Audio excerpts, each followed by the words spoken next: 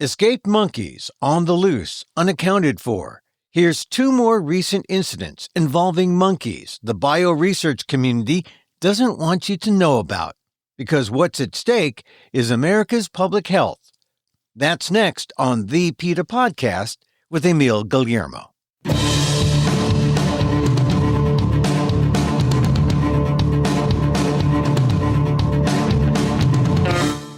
Welcome to the PETA podcast. I'm Emil Guillermo, your host for this inside look at animal rights, brought to you by PETA, the largest animal rights organization in the world. On this episode, two incidents of imported monkeys missing while being transported to a research facility or missing at the facility itself. It's not insignificant. When monkeys go missing, the danger to the public is higher than you think. Monkeys often carry pathogens that could be the start of the next pandemic, says Lisa Jones-Engel, chief scientist primatologist with PETA's Laboratory Investigations Department. And it's the reason PETA is calling for an end to the monkey trade from foreign lands to U.S. labs. My conversation with PETA's Lisa Jones-Engel on the PETA podcast. These incidents are actually more common than we think. It certainly seems to be that way, Emil. It's, within just the past couple of weeks, we've seen live monkeys newly imported into the U.S., tossed into a bio-waste dumpster.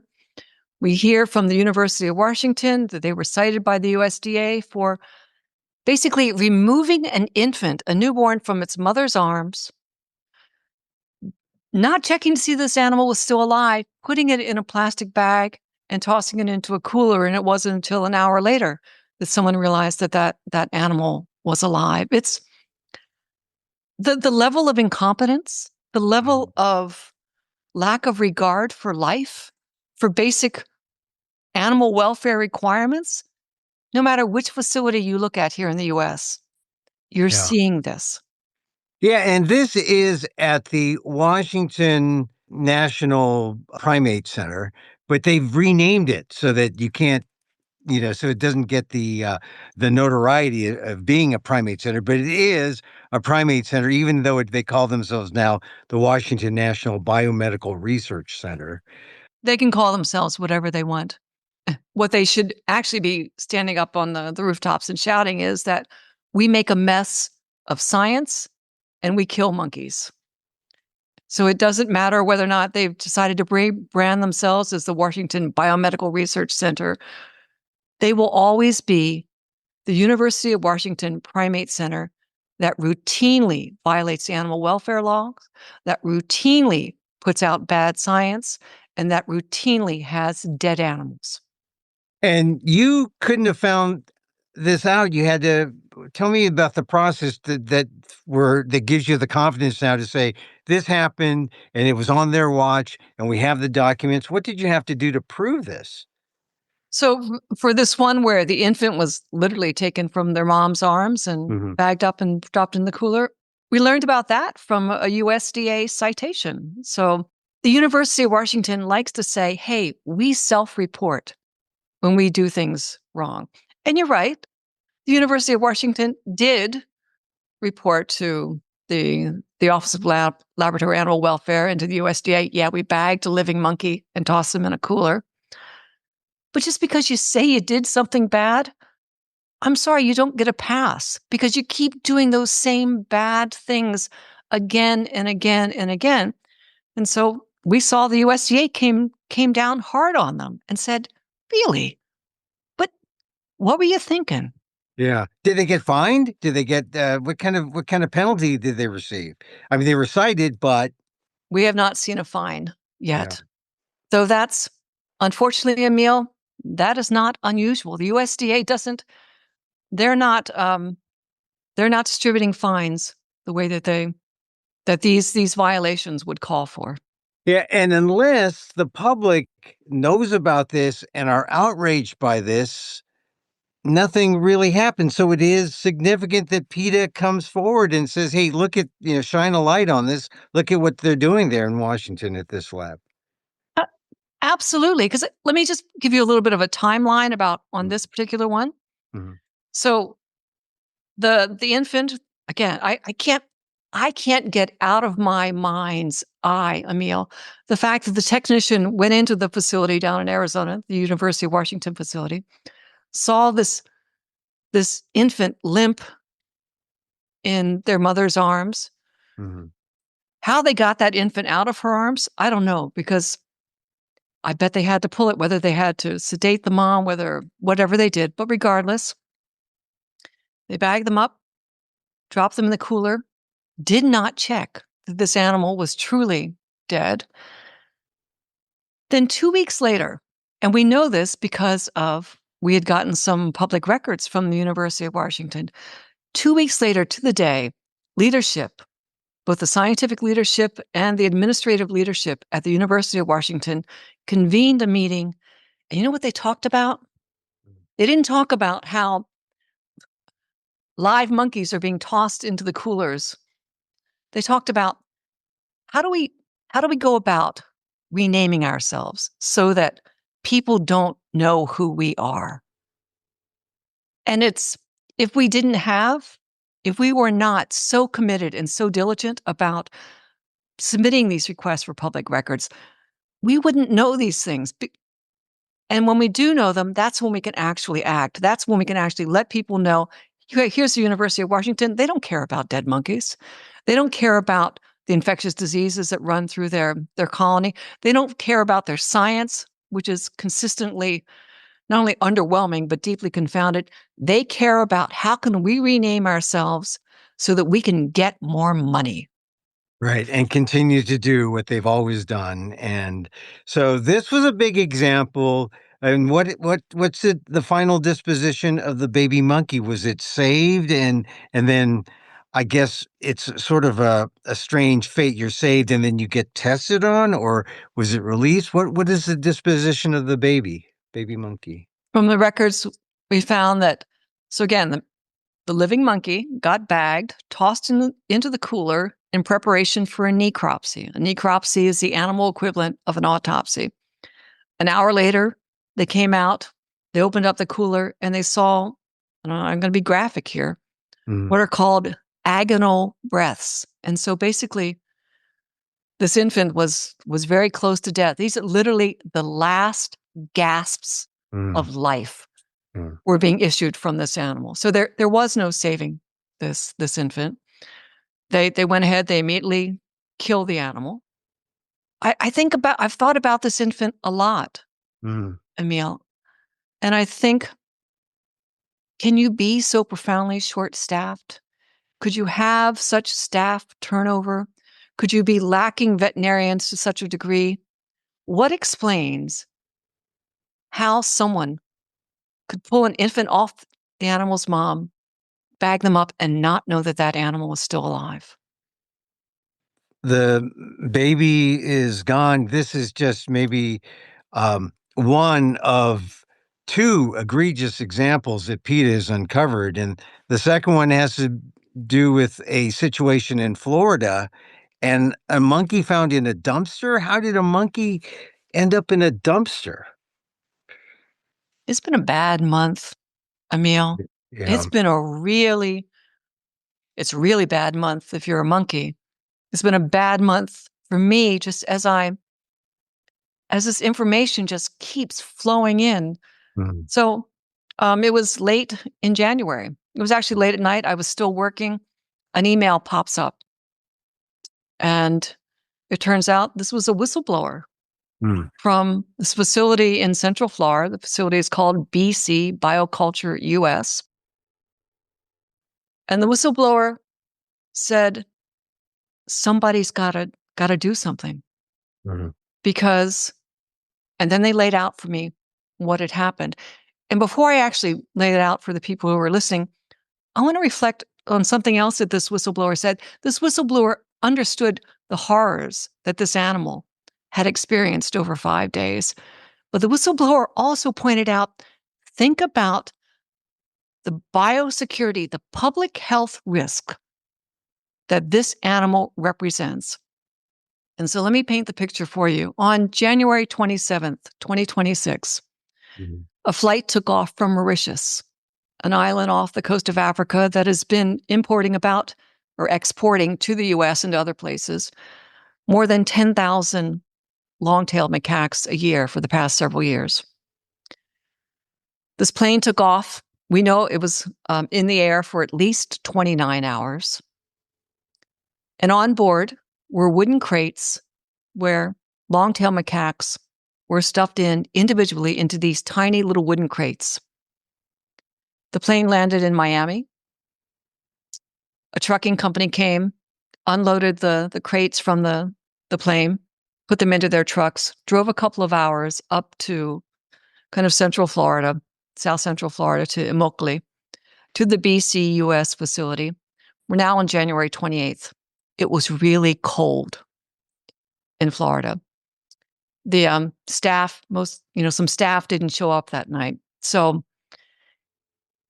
these are newly imported monkeys. The regulations, the federal regulations are really clear.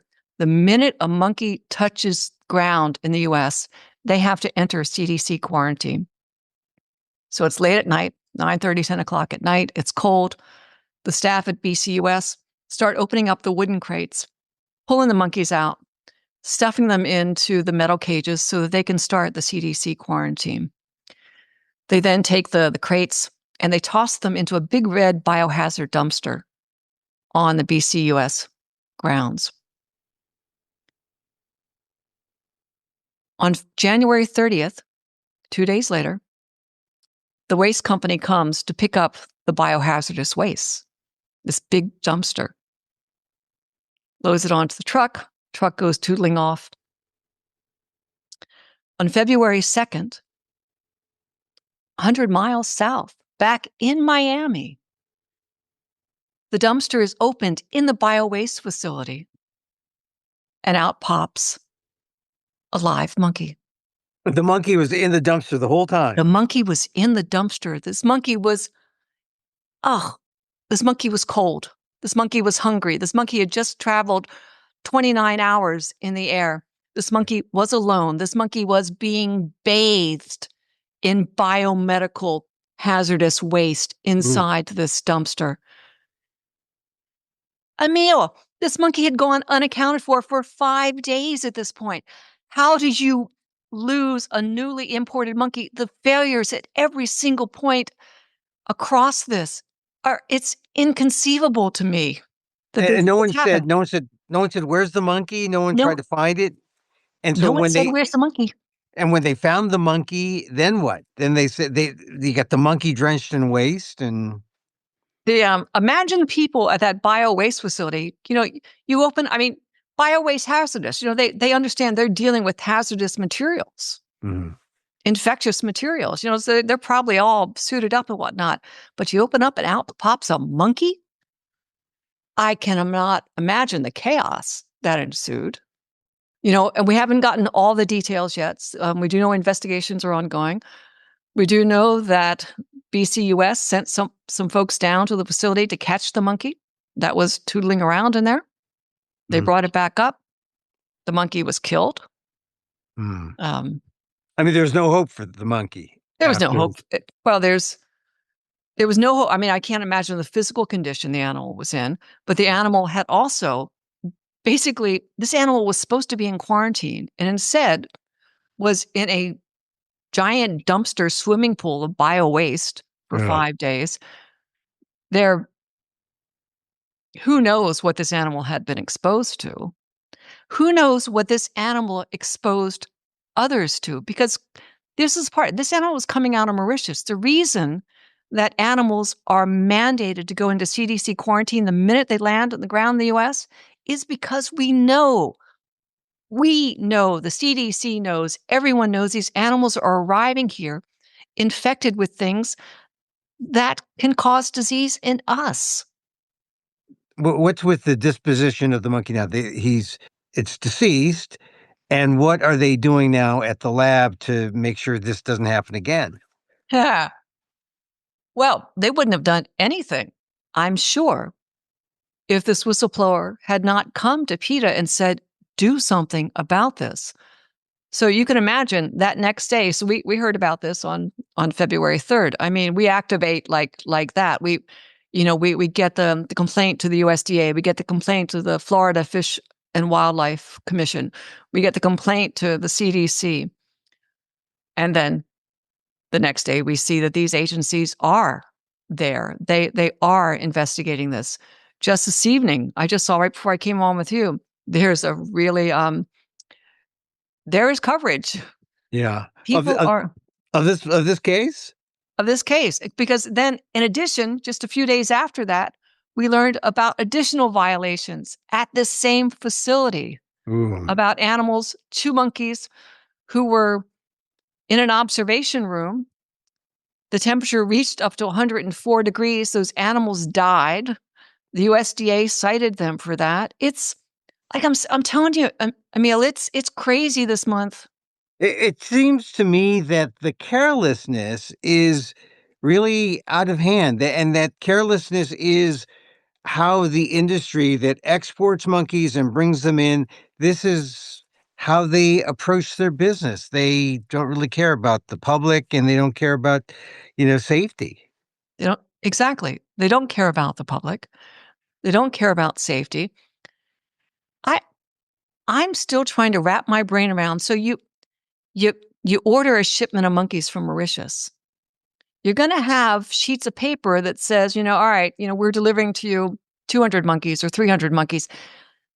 The staff were literally they had their hands on these monkeys, pulling them out of the wooden crates and putting them into the metal cages. Can you not count? Yeah. Can you not say, hey, I'm missing, anyone see my monkey? Anyone got a monkey anywhere?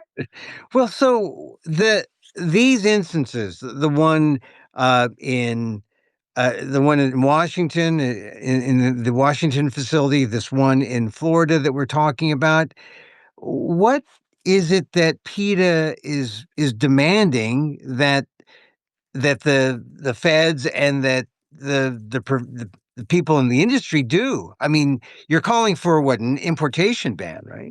So we're going to the Health and Human Services and saying, end all primate importation now. How much clearer do you need to see the biosecurity risks that this industry represents? I mean, this is the dumpster monkey in Florida. They make movies about this kind of thing. This is life imitating movie Art. at this stage of the game, and it's actually they've and they didn't even have much of a budget, and they still have managed to come up with this. This industry will ignite the next pandemic, I guarantee it, given their carelessness, given their drive for money and monkeys. Is it really that extreme? The next pandemic, is that the kind of pathogen that potentially released into society? Absolutely. This is the thing about primate importation and the primate experimentation that's going on in the U.S. These animals are coming in with strains of tuberculosis that we've never seen before in this country. These animals are coming in with tier 1 select agents, bacteria that are so dangerous, we list them as bioterrorism weapons. These animals come in with all kind of diarrheal pathogens. They come in with retroviruses, simian hemorrhagic fever virus. And these are only the pathogens that we know about. This is the thing about pathogens and spillover, Emil. Mm-hmm. It doesn't take much. We've just come out of a pandemic that has demonstrated that pathogens will make their way around the world. And when you have, basically the monkey importation is a bioaccelerator for pathogen distribution. Right. It's sort of like a rocket ship for pathogens. It is a rocket ship and it is headed, and every day we've got incoming missiles here into the U.S. Yeah. Well, so what can people do if they want to stop this? They can go to the website. We have made it so easy for the listeners. A couple of clicks at PETA.org, and you can see that. You can actually send messages to the Health and Human Services, to the secretary there saying, end primate importation. You can send emails to the University of Washington Board of Regents saying, end the use of primate experiments in your National Primate Research Center that you might want to call it Biomedical Research Center. And you know what, Emil, we are on this, and I know we've talked about this a lot over the past few years, but truly this wave is cresting right now. We have the Oregon Primate Center in negotiations to shut down. We have the CDC saying they've ended the use of primates in experimentation. We have this administration saying that they want to see the end of primate importation and the end of all primate experimentation. And then we have these facilities, whether it's the University of Washington, whether it's BC-US, whether it's New Iberia in Louisiana, they are giving everyone the reason to end the use of primates in experimentation. Until that happens, these won't be the only two examples, these two monkey examples that we've talked about today. Oh, absolutely not. I mean, just think about what we've talked about over the years, the escape of all those animals at the Alpha Genesis facility in South Carolina, the escape of that truckload of monkeys coming out of Tulane just a few months ago, the escape of newly imported monkeys coming in on that road up in Pennsylvania back in January of 2022. Again and again and again, monkeys will escape, and the pathogens that they harbor will escape with them. Dr. Lisa Jones-Engel, PETA's chief scientist on the primate side. Hey, thank you very much for being on the PETA podcast. You're very welcome, Emil.